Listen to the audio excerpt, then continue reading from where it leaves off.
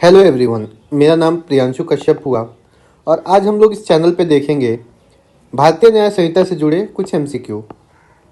अभी आने वाले कुछ एग्ज़ाम्स हैं जैसे एपीओ, जुडिशरी, सीयूईटी या फिर लॉ एंट्रेंस एग्ज़ाम, कोई भी ऐसा जिसमें लॉ ऑफ क्राइम इंपॉर्टेंट होता है, वहाँ आपको भारतीय न्याय संहिता बहुत ही इंपॉर्टेंट है।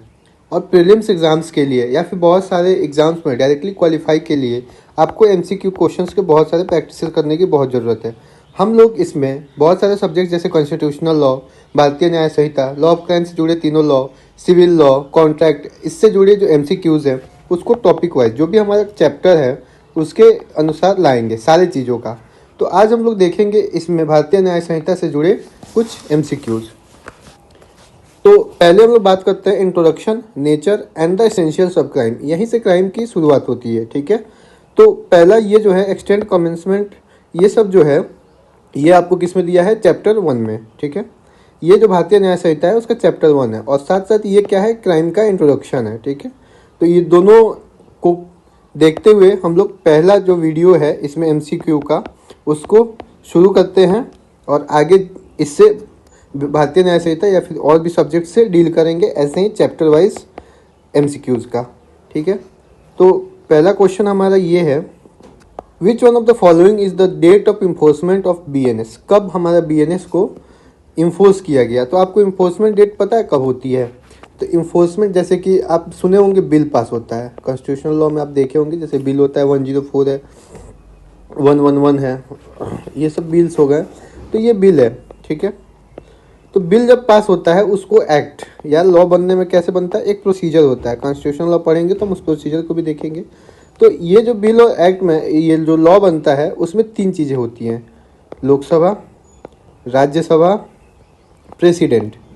उसके बाद ये तीनों चीज़ों का एसेंट जब हो जाता है तो ये तीनों चीज़ों से क्या होता है, ऑफिशियल तरीके से एक गैजेट आता है, ठीक है। ऑफिशियल गैजेट आता है, उसमें क्या होता है, नोटिफिकेशन रिलीज होता है। नोटिफिकेशन को रिलीज करके इन्फोर्समेंट डेट बताई जाती है। तो जिस दिन ये ऑफिशियल नोटिफिकेशन जो गवर्नमेंट है ये तीनों एसेंट के बाद रिलीज करती है उसको हम लोग क्या करते हैं, इन्फोर्समेंट डेट। तो जो इसका है बीएनएस का वो क्या है, 1 जुलाई 2024, ठीक है। सेकंड क्वेश्चन है, which of the following is the date which BNS receive presidential accent.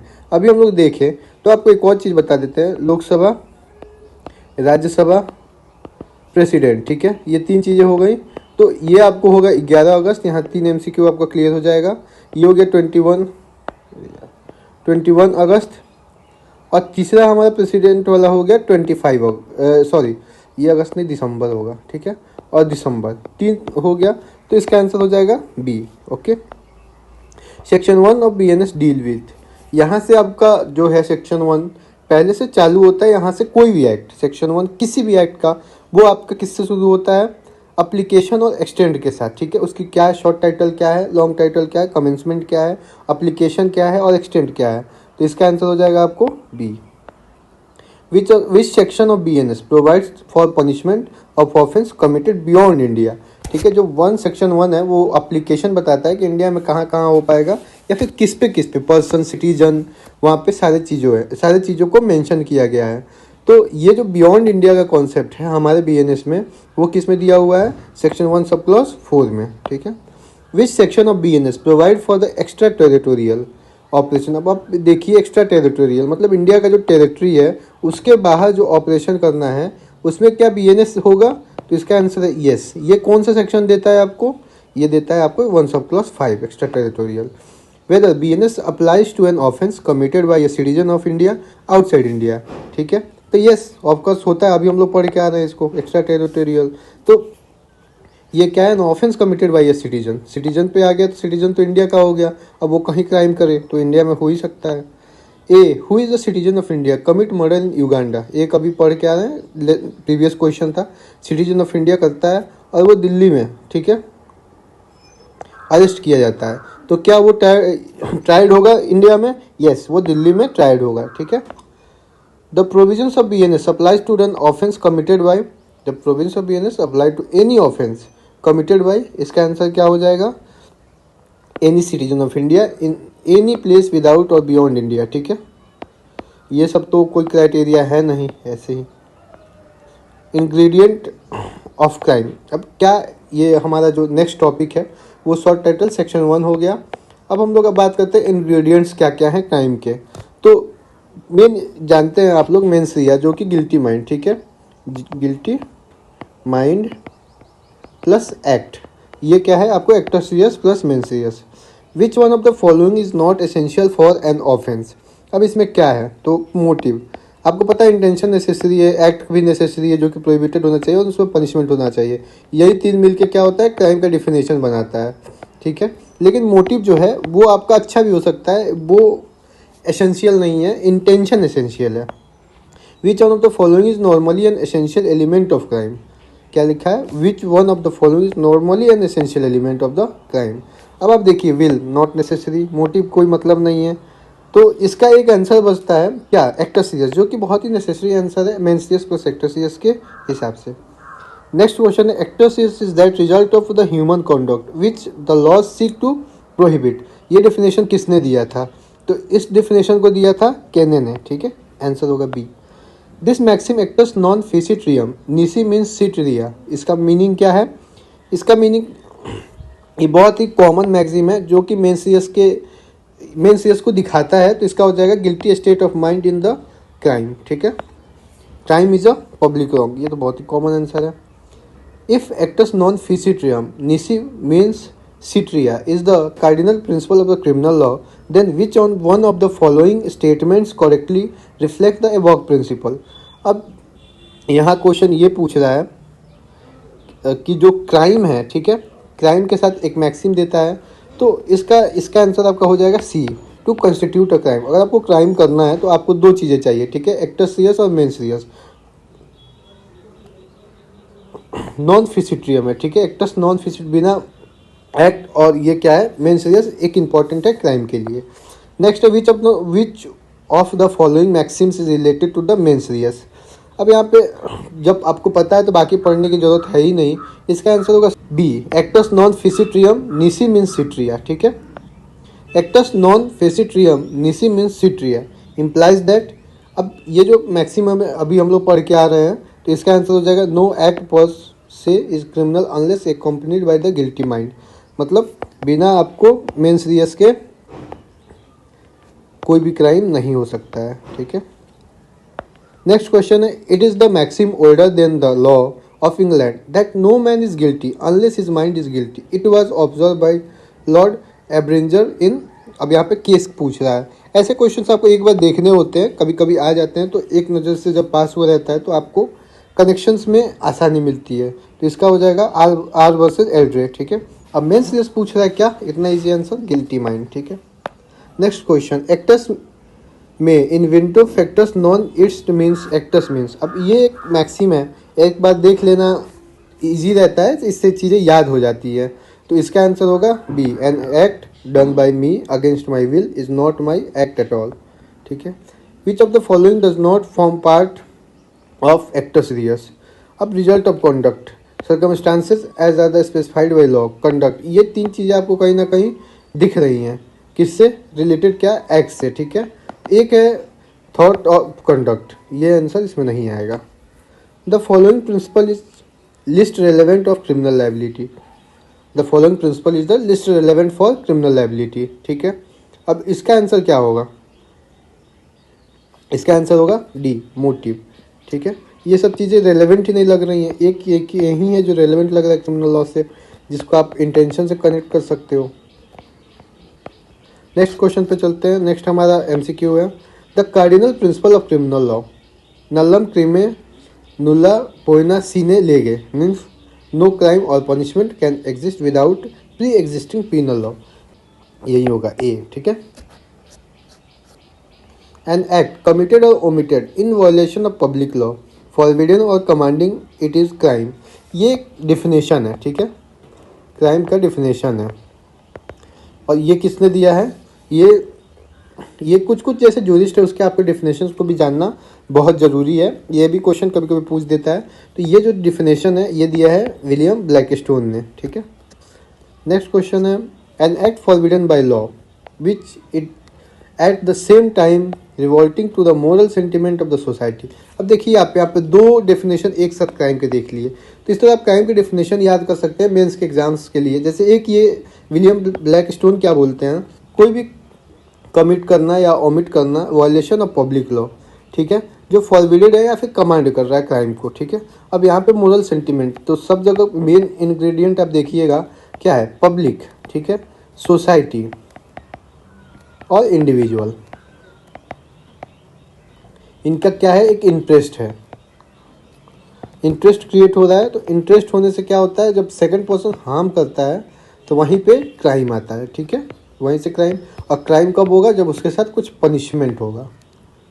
Okay, तो ये जो डेफिनेशन है, ये डेफिनेशन दिए हैं स्टीफन। नेक्स्ट क्वेश्चन चलते हैं, क्यू फेसिट पर एलम पर से, ये एक is the essential one of the following principle is the criminal liability. तो ये आपको वैकेरियस लाइबिलिटी को दिखाता है। नेक्स्ट क्वेश्चन है, which of the following is the current sequence of stage in the crime. आपको पता है इंटेंशन, प्रिपरेशन, अटेम्प्ट और कंप्लीसमेंट होता है। ये तो इजी क्वेश्चन है। स्टेजेस ऑफ क्राइम हमारे पास 4 स्टेजेस है, तो इसका आंसर हो जाएगा बी। डेफिनेशंस, ये एक बहुत ही इंपॉर्टेंट रोल प्ले करते हैं किसी एमसीक्यू में। अगर आपको 5 एमसीक्यू भी इससे मिल गए तो आप समझिए 5 नंबर कितना ही इंपॉर्टेंट होता है। तो अगर अब हम लोग बात करते हैं इससे जुड़े कुछ एमसीक्यूज की डेफिनेशन से, तो हमारा पहला है, which one of the following sections of the BNS define the word act. Act means a single act और सीरीज ऑफ एक्ट। ये साथ साथ आपको ओमिशंस में भी काम आएगा, ठीक है, सेम डिफिनेशन है एक्ट और ओमिशन का। और जब ये फॉरबिडन हो जाएगा किसके द्वारा, लॉ के द्वारा, तो वो क्या हो जाएगा, क्राइम हो जाएगा। ओके, ये होता है एक तरह से इजी वे में क्राइम को डेफिनेशन को याद करने का, एमसीक्यू से वो भी याद करने का कि आप मेंस के लिए लिख पाओ, ठीक है। तो ये जो दिया हुआ है इसका आंसर हो जाएगा बी। नेक्स्ट हमारा क्वेश्चन है, according to the section 2 sub clause 3 BNS, child means any person under the age. ये जो है ये क्या है, न्यू एडेड है, न्यू एडेड सेक्शन है किसमें, BNS में। ये न्यू एडेड सेक्शन है BNS में, तो अभी 18 साल हो गया, ठीक है। काउंटरफीट अंडर BNS डिफाइन इन, तो ये आपको मिलेगा बी में, 2 सब क्लॉज 4 में। Which of the following is correct regard as the counterfeiting. ये सारे जो है इसमें ए, बी और सी, इसको आप पढ़ लीजिएगा, ये डिफिनेशंस में भी दिए हुए हैं। इसका आंसर हो जाएगा डी, ठीक है, सारी चीज़ें हो जाएंगी, all of the above. Next question है, the expression court is defined under. अब क्रिमिनल लॉ की बात करें, वहाँ कोर्ट और जस्टिस सिस्टम ना आए तो फिर बात ही क्या।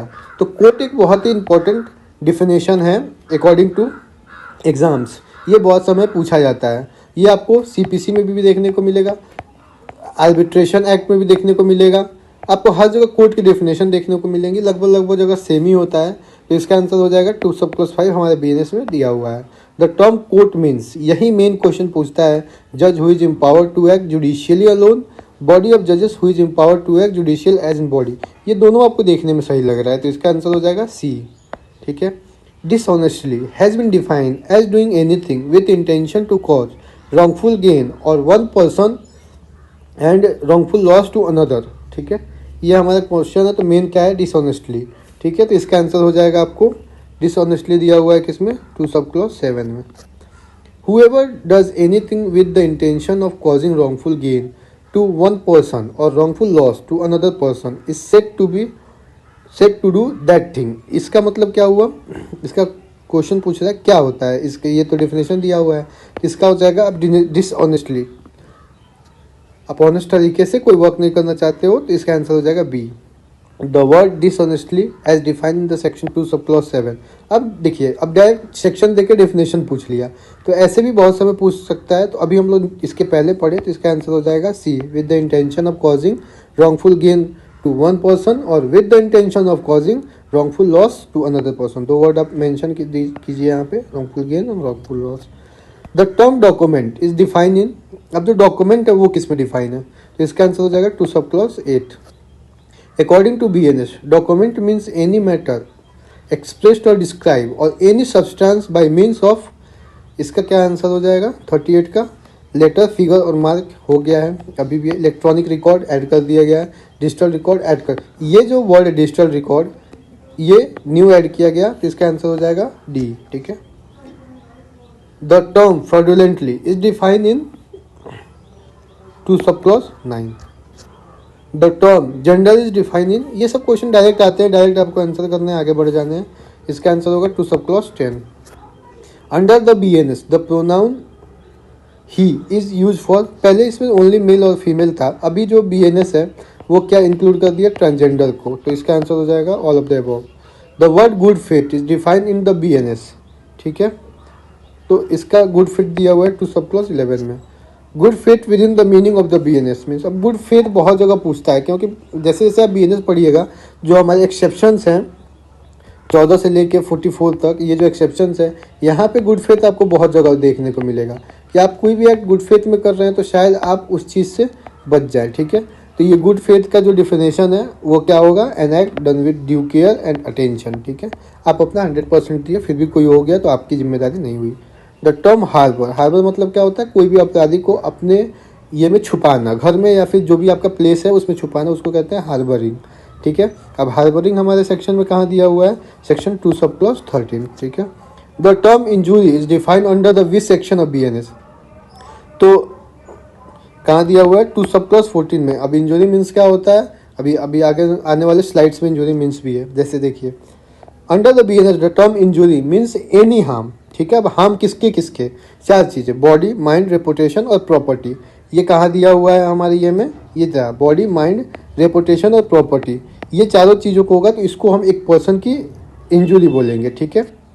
The term illegal and legally bound to do is defined in, यह आपको दिया है सेक्शन C में, सेक्शन 2 सब क्लॉज 15 में, और ऑप्शन होगा C 48। Illegal signifies, illegal signifies क्या होता है, everything which is offence illegal होगा, everything which is prohibited by law illegal होगा, furnishes ground for the civil action illegal होगा, तीनों इलीगल होगा, तो इसका आंसर हो जाएगा D। नेक्स्ट क्वेश्चन, जज is defined in BNS under, ये हम लोग शायद दोबारा देख रहे हैं, इसका आंसर हो जाएगा 2 सब क्लॉज 16B। नेक्स्ट हमारा हो गया, life is defined under BNS 2 sub clause 17। ऐसे क्वेश्चंस करना इसलिए भी ज़रूरी होता है क्योंकि ऐसे डायरेक्ट क्वेश्चन करने से आपको याद होता है, और डिफिनेशंस में आपको सेक्शंस तो रखने ही पड़ेंगे क्योंकि इससे डायरेक्ट क्वेश्चंस बनते हैं। साथ साथ आपको मेंस में लिखने के लिए हर चीज़ को डेफिनेशन से ही शुरू करनी पड़ती है कि ये डिफिनेशन होता है, ऐसे इसका एक्ट होता है। तो अभी के लिए हम लोग 50 MCQ रखते हैं। नेक्स्ट वीडियो जो आएगी उसमें आपको फिर 50 क्वेश्चंस मिलेंगे BNS के ही। साथ साथ हम लोग अभी न्यू सब्जेक्ट के भी चालू करेंगे, जैसे कॉन्स्टिट्यूशनल लॉ। अभी आपको इधर दिनों में एग्जाम्स के पहले बहुत सारे MCQs मिल जाएंगे, तो ऐसे ही 7 MCQ करने के लिए चैनल को सब्सक्राइब कीजिए, वीडियो को लाइक कीजिए, शेयर कीजिए कि इससे और सब लोग भी कर पाएँ और हमें एक साथ प्रैक्टिस किया जाए, जिससे आपके लिए एग्ज़ाम्स ईजी लगे और ऐसे MCQ जब आप पहली बार देखें तो और आसान हो जाए। Thank you.